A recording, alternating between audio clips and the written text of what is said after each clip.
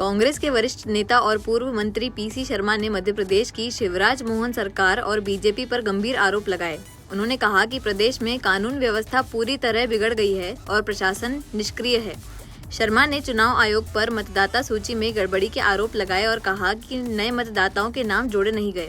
गुना में किसान की हत्या पर उन्होंने कहा कि अपराधों में बीजेपी कार्यकर्ताओं की भूमिका सामने आ रही है।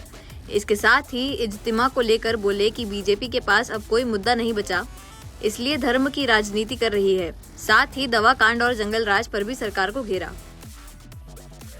देखिए क्या है कि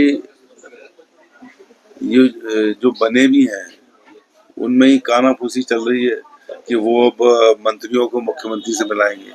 तो ये तो वहाँ पूरी जो कहना चाहिए जितना कला हो सकता है भारतीय जनता वो चल रहा है, उसकी वजह है ये। और ये जो पार्टी कहती थी we are party with difference, तो मैं समझता हूँ कि सही में इसी मामले में डिफरेंस में है। देखिए ये जितने भी अपराध हो रहे हैं इसमें कहीं न कहीं बीजेपी कार्यकर्ता या नेता सम्मिलित है। दार गाड़ी से उसमें कुचल के हत्या की जाती है और जब वो उसके घर से महिलाएं या बच्ची आती है उनके कपड़े फाड़ के उनको ही मारा जाता है। ये अहंकार चरम सीमा पे है भारतीय जनता पार्टी का, इसकी वजह से ये है। और ये कहीं ना कहीं जो भारतीय जनता पार्टी है ये भी ऐसे नेताओं को प्रेशर दे रही है। ये निकाल देना बड़ी बात नहीं है। अध्यक्ष जी बीजेपी के बार बार सलाह देते रहते हैं, लोगों को आगाह करते रहते हैं। इन मामलों में क्यों नहीं कर रहे कि ये इस तरह के अपराध नहीं बढ़ना चाहिए। इसलिए कहीं ना कहीं इन लोगों के समर्थन रहता है और हाथ रहता है, इसलिए सब घटनाएं घट रही। हिंदुस्तान में पहली बार ही हुआ कि 26 बच्चे 1 महीने तक सरकार ने ध्यान नहीं दिया और उनकी जान चली गई।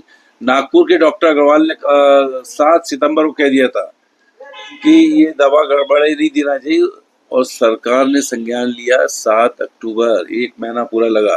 दिग्विजय सिंह जी ने अभी आप लोगों पत्रकारों से बात की थी। एक समिति है सीएम और स्वास्थ्य मंत्री की, 2013 से मीटिंग ही नहीं हुई ये सब चीज देखने के लिए। और जब ये मामला आया तो इंस्पेक्टर को सस्पेंड कर दिया। बाकी स्वास्थ्य विभाग के किसी अधिकारी मंत्री किस पे कोई एक्शन नहीं है और ड्रग कंट्रोलर को केवल हटाया गया। अरे सस्पेंड करना चाहिए था।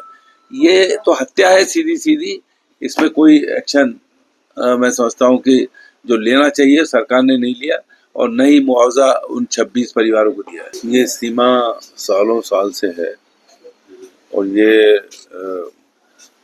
जो लोग इस्लाम को मानते हैं वहाँ दुआ करने आते हैं, दुआएं होती हैं और ये दुआएं केवल एक धर्म के लोगों के लिए नहीं सभी प्राणियों के लिए होते हैं, सभी लोगों के लिए होती है।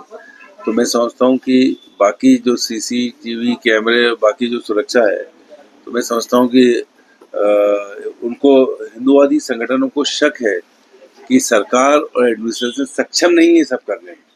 इनको दिल्ली से टीम बुलाना चाहिए सब देखने के लिए। कहीं जो एक डिपार्टमेंट है जो पूरी दुनिया का सब निगरानी करता है उसके लोगों को बुलाएं।